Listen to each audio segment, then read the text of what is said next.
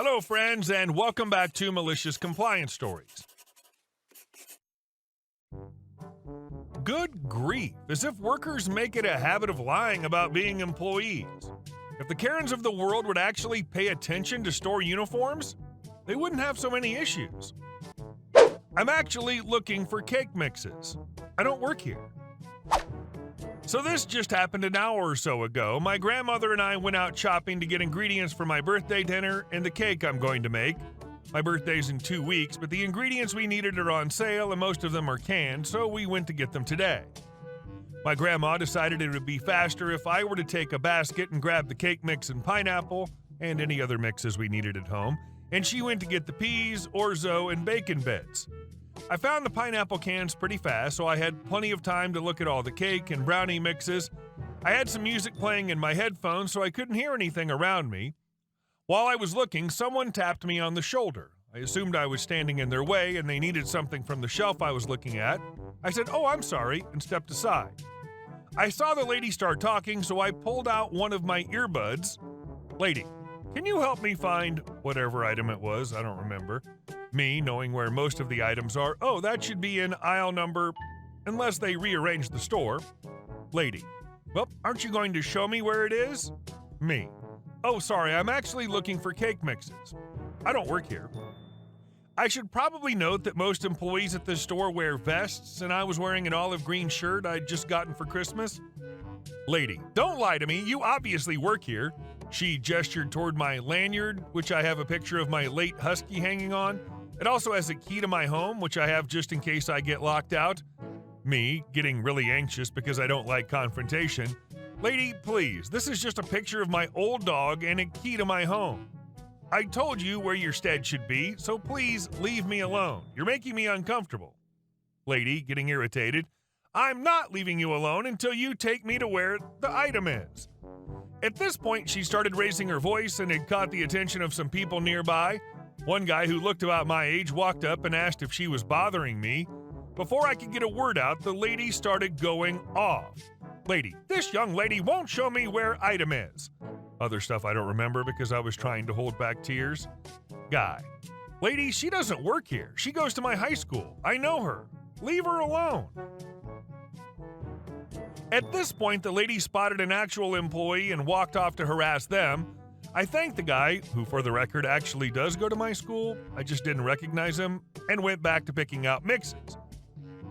Why is it so hard for these Karens to read signs and use common sense to find what they're looking for inside stores?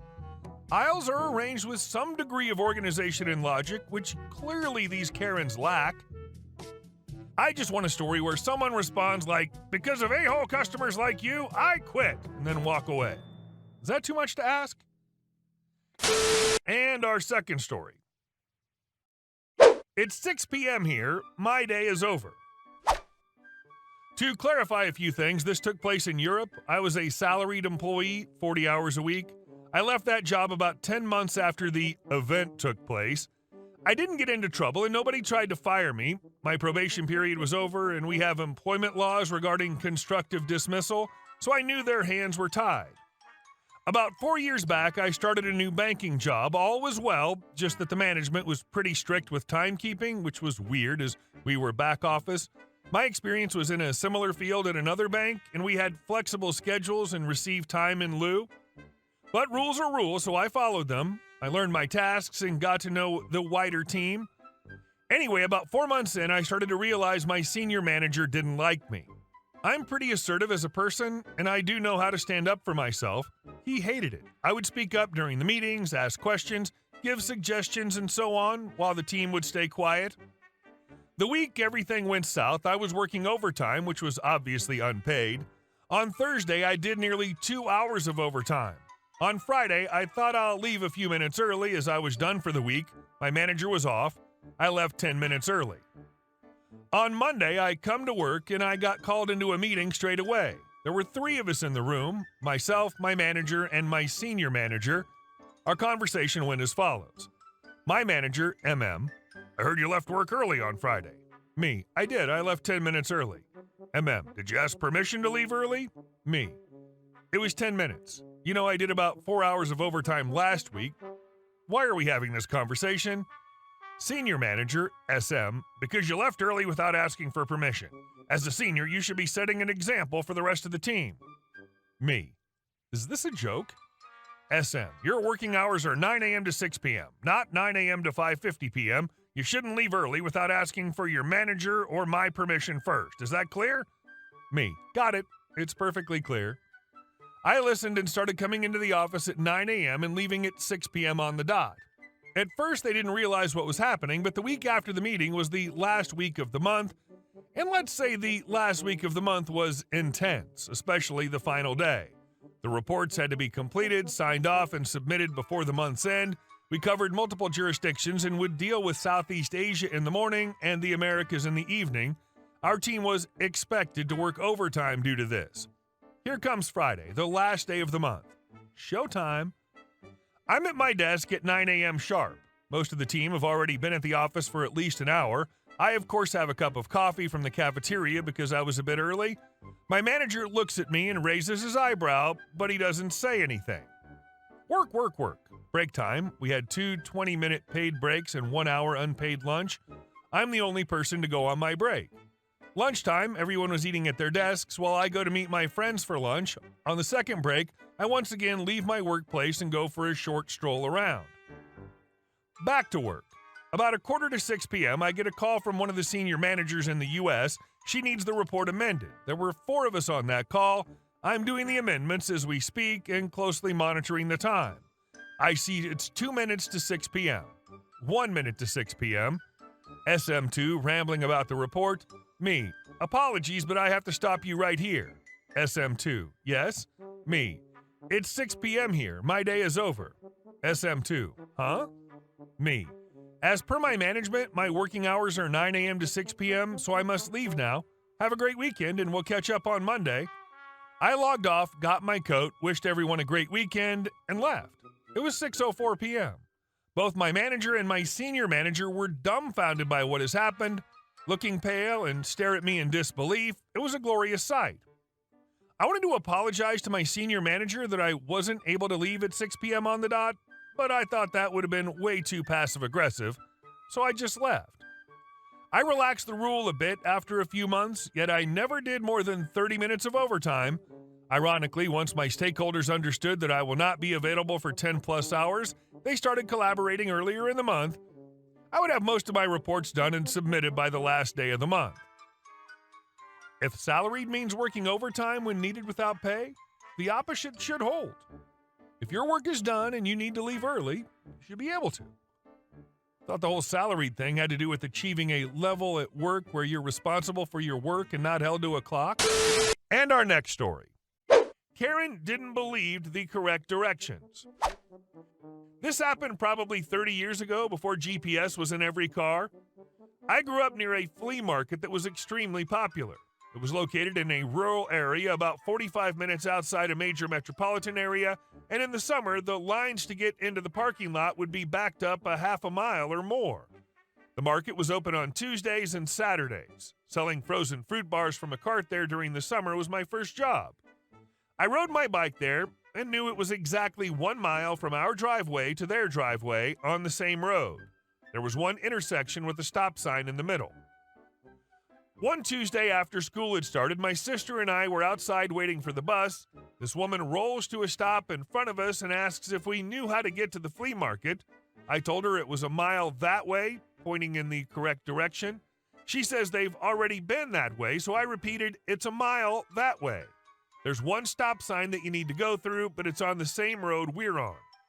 She starts screaming that they've already been that way and asking why I'm lying to her. So I apologized and said I was sorry for trying to mess with her. Sidebar, I was really good with maps and geography and spent a lot of my early teenage years riding my bike all over the area I grew up in. So I then proceeded to give her a made-up set of turns going the opposite direction that would put her at least 25 minutes away from us, knowing our bus would pick us up in a minute or two. They were complicated enough that she had to get out a pen and paper and write them down, and she'd have a hard time backtracking to us even if she wanted to, and I was confident enough that she believed I wasn't bullcrapping her. My mom came out after the woman left and asked what I was up to. I said, just another lost tourist looking for the flea market. So she's convinced you were lying, but's then okay to take directions from you anyway after yelling at you? What a dumb Karen. She got what she deserved. And our last story. HOA put a lien on my house. I was HOA president for the 10 years I lived in my old home. To clarify, every other term I would step aside, but the new president would have me perform all functions. They were more comfortable making the change on paper only. I bought my new home and made sure it was in a voluntary association neighborhood. This was the case in my old neighborhood, and I'm very familiar with the differences from mandatory HOA here in Florida. We were never given info on where to send dues, and there was never a dues drive where a rep would come to the door and ask for money. No newsletter, no accounting of funds, no communication. In 2020, I received a notice of lien on my home. So did all the neighbors I polled. All 9 immediate neighbors I asked, except one. He just built his home and joined the board. He stated that in 2019, they voted the HOA into mandatory status. I showed them that my deed has no HOA on it, and my closing paperwork shows a voluntary HOA. He's from California and said that he was unsure of the legal merit of their tactics since he's new here and to the board, but as the new secretary, he witnessed the end of the process insofar as the paperwork came back from their attorney and was filed as a now mandatory HOA. I got the board president info from him and contacted him. When I told the president this tactic is absolutely not legal, he told me they paid $6,000 to a reputable attorney and is rock solid and hung up the phone. I brought my documents to his home and knocked on his door, and he said basically the same thing and shut the door in my face. He handled inquiries from my immediate neighbors in the same fashion. After lengthy discussions with my new neighbor/secretary, he left the board due to doubts of the merit of their measure. Then, the entire board quit. A new board stepped in and got a 15-minute briefing from the old president. They continued to operate under the advice that we now have a legal, filed, binding, mandatory HOA.